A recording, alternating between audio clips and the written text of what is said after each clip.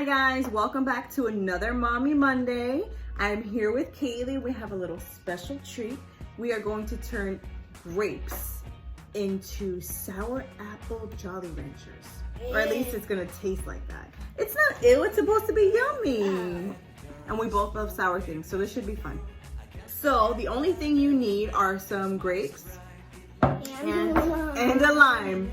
So this is supposed to be super simple. You just squeeze the lime onto the grapes.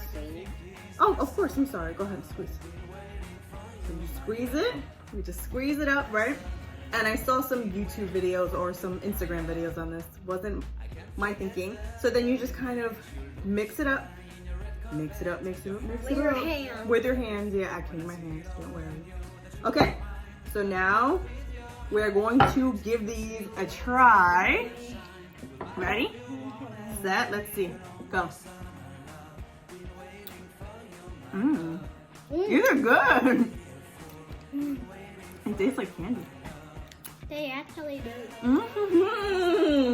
Oh my gosh. All right, guys. Make sure to give this a try. This is freaking delicious. I wasn't sure if we were gonna like it, but this is really good. All right, so make sure to give this a try.